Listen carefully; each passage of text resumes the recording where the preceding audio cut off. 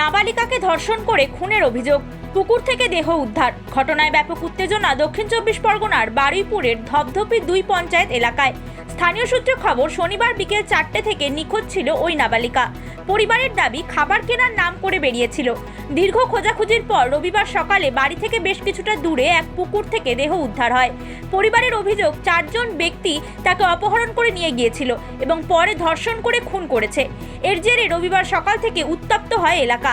দেহ আটকে রেখে বিক্ষোভ উত্তেজিত জনতার।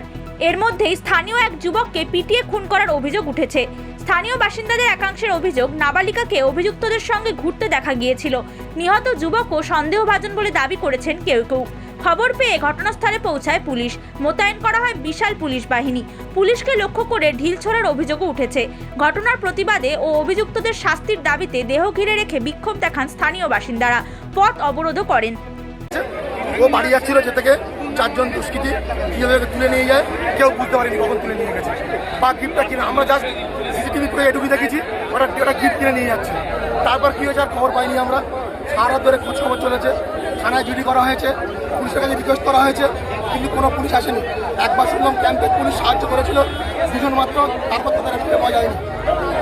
পরে সকালে খোঁজা যায় যে মেয়েটার খোঁজ চলছে, কারা কারা করেছে ধরা পড়েছে। এই মুহূর্তে আমরা পাড়ার 50-60 জন এখান থেকে 25 জন মিলে ঘুরছি। তার সঙ্গে ছিল শান্তনু মণ্ডল আর ক্যাম্পের 2 জন পুলিশ ছিল। ওরা এনাদের যেতে বারণ করছে, আমরা জোর করে গেছি।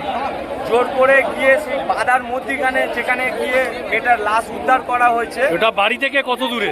বাড়ি থেকে এখান থেকে ধরুন 1.5 কিলোমিটার 2 কিলোমিটার দূরে।